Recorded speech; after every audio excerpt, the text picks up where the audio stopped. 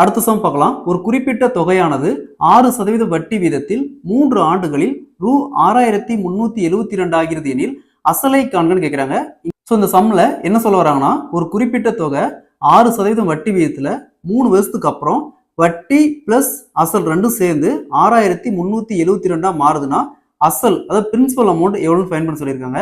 இந்த மாடல சம் கேட்டாங்களா, இங்க 3 வருஷம், இங்க வட்டி 6%, ரெண்டையும் பெருக்குனா 3 × 6 = 18%. பேசிக்கா பிரின்சிபல்ங்கிறது 100%. ஸோ இது பார்த்தோம்னா இந்த பிரின்சிபல் 100% பிளஸ் இந்த வட்டி 18%, 118%. அப்போ 118%க்கு 6372 நமக்கு தேவை பிரின்சிபல். 100%க்கு என்ன? இது அப்படியே கிராஸ் மல்டிப்ளை பண்ணா 100 × 6372 வகுத்தல் இந்த 118. இந்த 6372 118 கேன்சல் பண்ணோமா 54, இங்க டபுள் 0 இருக்குது. அப்ப 5400 பிரின்சிபல் அமௌண்ட் பார்த்தோம்னா 5400.